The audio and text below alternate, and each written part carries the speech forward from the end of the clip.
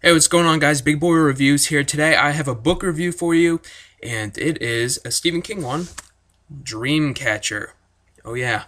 Did I like Dreamcatcher? Yes, I did. I loved Dreamcatcher, and a lot of people say that it is one of Stephen King's worst books of all time. I have no idea why. They're probably just saying that because they saw the atrocious film that came out in 2003. Do not watch the film. I'm telling you right now, do not watch the film. Don't fall for that. I used to like the film, and then I read the book, and then I found out that the book is so much better, like it usually is. I don't know what the people were thinking when they made the film, but they just dropped so much stuff from this book. It's not even funny. Now I'm going to tell you guys a plot synopsis like I always do, but today this is going to be a little bit harder for me. The reason for that is because the plot in this book doesn't really start until around page 200, like the main plot. But I'm going to do the best as I can not to spoil anything. Like I do spoiler-free reviews. I will not tell you anything too significant that will harm your reading on this book. So don't worry, don't exit out of the video. I might explain a few funny parts that I found in this book because this is one of the funniest books I've ever read in my entire life. I'm going to explain a couple of those parts, but that's as close to a spoiler as you're going to get. Now, the book opens up and it introduces the four main characters, and these four people are all friends. There's Henry Devlin. Fun fact, it is Eddie's brother from the Dark Tower series. Yes, fun fact, there you go. Henry Devlin is somebody who is dealing with depression. He is a really cool character. I kind of think of him as the main character in a way. The next friend is Jonesy, and now I think of Jonesy as Stephen King, because if you read the afterword, Stephen King says that he was going through a lot of hurting when he wrote this in 2001, 1999 to 2001. He was going through a lot of hurt. And Jonesy is going through a lot of hurt because he gets in a car accident, or a car hits him when he's crossing the road, and he breaks his hip, and that kind of depresses him a little bit too. And he has to go about his life, with this limp, and he's now a cripple, and it's not very fun. The next person is Beaver. Beaver is described as having long hair, and he always has a toothpick in his mouth. That's why they call him Beaver. His first name is Joe, but they call him Beaver because he just cannot stop chewing on wood. And he's very funny, and he's an awesome character. The last one is Pete. Now, Pete is probably the weakest character in this book, only because Stephen King simply does not describe him as much as the others, which is kind of upsetting. Pete doesn't really go into too much depth with his personality after the introduction chapters of each character. There's not too much of his personality showing. Pete is a heavy drinker, and you find that out in his introductory chapter. He has some problems. They all have problems. That's what makes the book interesting, because every fall they all go to a little hunting trip up in Beaver's cabin. In northern Maine. They always go away during the fall, during hunting season, just to kind of get away, release all their problems. Let's go shoot some animals. After that introductory chapter, it's just like the introductory sequence of It, where it shows all the characters. They all have different chapters. It's just like that. After that, it just kind of goes forward a couple weeks, and it shows Jonesy in his tree stand. And he's aiming his gun, he's looking down the sights, waiting for a deer to walk around a tree. But here's the thing, it's not a deer that walks around the tree, it's a man. And I believe his name was Richard McCarthy. Now, Richard McCarthy kind of sets the book in a downward spiral into the bottomless pit, which we know as conflict. This man is very delirious, very lost, and he's shouting a woman's name, and he runs into the cabin. He doesn't see Jonesy because, of course, he's up in the tree stand. And Jonesy says, he's kind of narrating this part, he's like, boy, do I wish I had killed this man. And that tells you right there, he is nothing good to show these characters. Now, Beaver is out hunting somewhere else, but Jonesy climbs down the tree and walks inside and sees Richard McCarthy, and he's like, dude, what are you doing? Soon after, Richard starts farting. Sounds funny. He starts farting, and his stomach is rising a lot, and you don't know why. Beaver then comes into the house, and the two of them face hell. I'm just gonna say it right there. They face hell. And then soon after, you find out this is a alien story. Now, Pete and Henry are off getting groceries, and they are suffering their own little problem that they encounter. But you find out this is an alien story after Jonesy and Beaver kind of suffer with a little problem named Richard McCarthy. You find out that there was a flying saucer that crashed in the woods up there. And there are a lot of gray aliens. These aliens, classic big gray, not green, gray aliens, like big heads. They're just like with the big black eyes. Yes, those are what they look like. Now an alien escapes, and he takes over by one of the friends. I'm not going to tell you who the friend is, because this is why it's so hard for me to review this book, because the book doesn't start until page 200. This is where this is happening. Now, just to avoid spoilers, I'm not going to tell you who he takes over, but he takes somebody over. And now he has their body, and the friend is inside his mind, and they can still communicate. This friend can still communicate with Mr. Gray, as he is named. And Mr. Gray is the best Stephen King character I've ever read. If I could redo my top 5 Stephen King character video, he would earn #1. He is amazing. I love this alien to death. Mr. Gray, you rock. Now, this is why I was saying the book is so hilarious.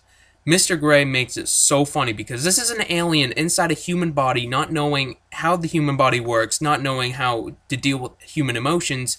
It's so funny to see how he deals with this. Stephen King did a very good job with that. Now I'm going to tell you a couple funny parts. Later on in the book, Mr. Gray starts getting hungry, and he doesn't know what this is. He doesn't know what hungry means. And the friend inside is telling him, he's like, you need to eat, or you're not going to have any energy, so go feed me right now. And then he's like, what do I do? And then he's like, I don't know, go to this diner up the road here and get me some pancakes and some bacon. I don't know. So he's like, okay.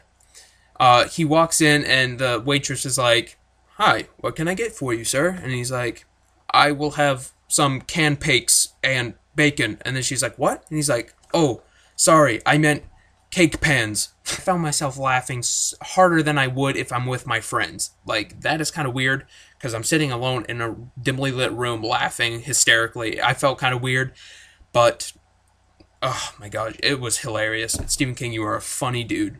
Now I'm going to go back a little bit. One Mr. Gray takes over this person. He has devious plans in mind. He needs to basically do a master plan.